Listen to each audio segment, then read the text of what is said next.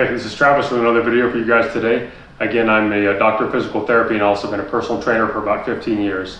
And I want to discuss a pretty cool way you can help reduce some arm pain today, as well as some leg pain. So I'm going to be talking about some different nerves, and I've got my arm taped up to sort of show this. So I've got my ulnar, my median, and my radial nerve, which are common sources of different types of numbness and tingling and pain you can get down your arm. And then at the end, I'm going to be discussing another pesky nerve, which we call the sciatic nerve down here in the leg, which many of you may be familiar with. So if you'd like to learn a few easy ways to try to help reduce some of that pain, obviously it's not going to work for everybody, but for many people these things can work fairly effectively, and I've had a lot of success with it when I was working a lot more in the outpatient setting. And so I want to go ahead and show you guys how to do that today. So let's go ahead and start flossing. The next one I want to talk about is going to be the median nerve. That's the one that tends to run in this distribution here. That's the one that tends to give you carpal tunnel type symptoms. Again, when it's going to come into the finger, it goes to the thumb, these two fingers here, and again the inside of the ring finger. And so sometimes it gets trapped underneath some tissue here called your flexor retinaculum. Sometimes it gets trapped through this cubital tunnel area here. But it can definitely cause a lot of debilitating symptoms for many people. And so if you just think about, again, the anatomy of this thing, simplest way to wind it up would be to stretch your arm out to the side, turn your palm down. Okay, if I wind it up maximally, tilt my head away again, it's going to put a little more stretch on it. So all I need to do is just kind of back that up into steps. So I could either hold my arm here and just tilt my head down, and I could just do that, and that's totally fine. Again, when your arm's extended like this, especially for those of you that are a little more symptomatic, you can always put your arm up on a table or something and kind of bolster that up a little bit, okay? But if you want to do that in parts, you could also kind of do this here. So you could take your hand, so kind of tilt your fingers down, and then now extend your elbow, okay? And that's kind of a way to do that as well. And for those of you who are a little more coordinated, you can sort of do both together. So tilt down and extend kind of simultaneously. So I come back up and I tilt down like that, okay? And again, for some of you that are more symptomatic, it might be a little harder to do some of this stuff. You can always bring your arm down by your side as well. So I can do the same thing, kind of tilting my fingers down, extending my elbow down here, okay? And don't forget, as always, if you need a little more of a wind up, you can tilt your head away, okay? So I tilt my head away as I'm doing this. That's going to be a little more of a stretch for those of you who need it. But once again, make sure you're not getting an increase in your symptoms as you're doing this. Ideally, you should be feeling a little bit better as you're doing it. If the symptoms are intensifying a lot from where you started, so kind of think again what your baseline was, where was your pain before you started, and say if you were a 4 out of 10, it shouldn't be an 8 out of 10 by the time you're done. If that's the case, it means you probably irritated that nerve. So when in doubt, especially when you haven't gotten a read on this yet, you're not really sure how your body's going to respond, I would say start with the easier one. So even just kind of doing something like this here would be totally fine. If you want to do something a little more provocative, you could even start up here and then gradually kind of work your way to the ones where you're going to wind yourself up a little bit more. And again, you could do the tilt away would be kind of the most aggressive way to do this, okay? And again, you can always elevate your elbow on a table or something like that to take a little pressure off if it's hard for you to hold it up there. And so that's the median nerve. Okay, so on the other side here, we have this ulnar nerve, which kind of comes down through here. Oftentimes people will kind of hit this area, and they call that your funny bone. You kind of knock your elbow where that nerve is, and you get kind of a good zinger. Sometimes it'll give you a little zinger up and through these two fingers here. And so that nerve basically also does cover these two fingers as well. And so similar to what we did in the other one, you can come down to this position, but if I really want to wind that nerve up, if I turn my hand kind of in this direction here, and then bring my palm up this way, I'm going to put that nerve on even more stretch. And so it almost looks like you're a waiter kind of holding a serving tray in your hand. You're kind of up in this position. And again, I can sort of come out of it here, okay? Or again, I can just kind of come up and then up, kind of like a swimming type motion there, like this.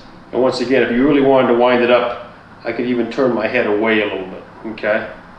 Many times though, you don't necessarily have to really wind these up. I would say when in doubt, start with some of the easier variations. So on that one again, you can kind of come down, and you can even kind of come up here, maybe start there, and if that's feeling okay, you can kind of start to come up a little bit into this position. And again, don't forget, you can always support your arm on a table or some sort of surface to help you out a little bit there. And so again, if that's, your symptoms are kind of more in this distribution here, then sometimes that'll help when you do that flossing type maneuver there, okay? And so that's for the ulnar nerve. So the radial nerve you're going to see kind of runs over through here, more on sort of the back part of the hand, and it can go down through the thumb, and it can actually catch these other three fingers here. Typically it's going to get the inside of that ring finger. It can get the index as far as in the middle, and this finger here. And so you're going to see it kind of runs through, comes up the back of the arm, and then comes back around underneath, okay? And so again, if you just kind of know the anatomy of that, so I would stretch that nerve in theory by coming with my hand down like this. And so earlier when we were talking about how to do that swimming maneuver with your hand up, now I could take my palm down and I could come in through here. You might even notice that sometimes if you can kind of turn your arm in, that might even help. So you can kind of do a swimming maneuver kind of like this, like you're pushing the water out to the side, okay? And that's one way you can try to floss that nerve. If you're getting a little bit of numbness and tingling, you know, kind of through the distribution of this nerve, you know, sort of anywhere around this patch here. Many times people might feel this in the back of the arm above the elbow and that tricep terrain, you know, some numbness or tingling or some funny feelings in here. So sometimes when you do a little bit of that swimming type maneuver, that will help you a little bit to reduce those symptoms. And again, typically with this flossing, it almost will start to feel better in the moment sometimes as you're doing it. I've had many people that actually almost instantly start to feel like, oh wait, I can actually tell the symptoms are starting to ease up a little bit. And so once again, just to show you guys though, if you do want a little more tension there, you could even turn your head again away a little bit.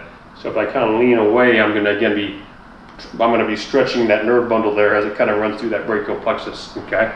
So don't forget, you can always move your head a little bit as well. Sometimes I've seen people kind of come down here and they maybe move their head as they're doing that. And that's one way to do that as well, okay? So again, whichever way you're doing this, just try to make sure that you're alleviating some of those symptoms as you go.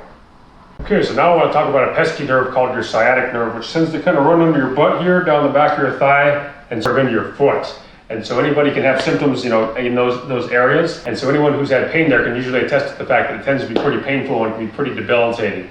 And so here's some simple ways you can try to address that. So again, if I just think about where that nerve runs, if I just kind of do a maneuver like this, I can start to stretch that. Now I have these valve slides. You can certainly use socks, or you know, if you have hardwood flooring. And so what you'll want to tend to do is just dorsiflex your ankle. So turn your foot up and then straighten your leg, okay? And so again, I go up, straighten, and then I kind of back off, up, straighten, and then I back off. Again, this can be done in a chair if you're sitting down. That's, you know, certainly not a bad way to do it. So you can play around with your positions. But dorsiflex the ankle, straighten the leg tends to be what's going to put that nerve on more stretch, okay? Now, if I want to up the ante on that a little bit, if I slump over some as I'm doing that, so I'm just kind of slumped over, I lift up and I straighten, lift up, straighten, and then relax. That's going to tend to put that nerve on even more stretch for those of you who need it. Now, that's, you know, again, a pretty gentle way to do this, so this isn't sometimes not a bad place to start. You know, you certainly could lay on your back as you're doing this as well. My foot up, I dorsiflex my ankle, straighten out, and then relax. Dorsiflex the ankle, straighten, and then relax. Now, for those of you who don't have as much pain and maybe aren't as symptomatic, a little more flexible, here's a way you can also try and do that. So what you can do is take the back of your thigh in your hands, dorsiflex your ankle again, and then straighten your leg from that position. Okay, and then I back off, dorsiflex, straighten, and relax. And that's a pretty effective way to try to help reduce some of the pain in that nerve. For those of you that want a little bit of a variation on that too, you can also just kind of go to that max stretch position, back off it a little bit, and then just pump your ankle from there, okay? And that's also a fine way to do this as well, okay? So again, the two options are dorsiflex, straighten, relax, dorsiflex, straighten, or straighten, come out of that position just a tiny bit, and then pump the ankle, okay? And so some of the nuances of these positions just take a little bit of playing around with. There is a little bit of variation in everyone's anatomy, and so some people can kind of get into these configurations a little more easily than others. I've had some patients that sometimes can get a little more relief in one position than another, and so ultimately you just have to play around with it some. As long as you're listening to your body though, you're not getting more intense symptoms as you're doing this stuff, you know, ideally you should be feeling better. If the symptoms are really worsening as you're doing it, that tends to be an indication you're probably flaring that nerve up. It's going to take more time to get it to calm down, and you're not really going to get the results you're after. So with this stuff, it's definitely not, you know, going to town. I would say go easy at it. Again, the rep counts tend to be about 10, 15 times. That can be a pretty good start, and then you can kind of gradually go up, you know, if you want to do a couple rounds. As long as it's alleviating the symptoms, I would say you can probably do a little bit more. If certainly, you know, if you're not really clear on where you're at though, I'd probably just do one round, you know, 10, 15 times, and then kind of see how you feel after that. Because you can always up the ante later and have to back off because you overdid it. But again, for those of you who do respond well to these nerve flossing, you know, whether we're talking about the arm or the leg, and it's a pretty simple way you can help alleviate your symptoms. You know, even if you're sitting down at the office, you know, you can just do this while you're sitting down in a chair. You don't really have to set aside any time for this. Again, if you were in a chair at the office too, you could even just do a little bit of nerve flossing for that sciatic nerve for a minute. You know, getting up and walking around wouldn't be a bad idea either if you're sitting down and having a lot of pain there. But you know, just a simple thing you can do, and you can just squeeze it in. You don't really have to do this as part of a workout or anything. So try this stuff out. As usual, I will put the products that I'm using at the bottom, but not too many today. Certainly subscribe though if you like this stuff, and comment. Let me know what you think.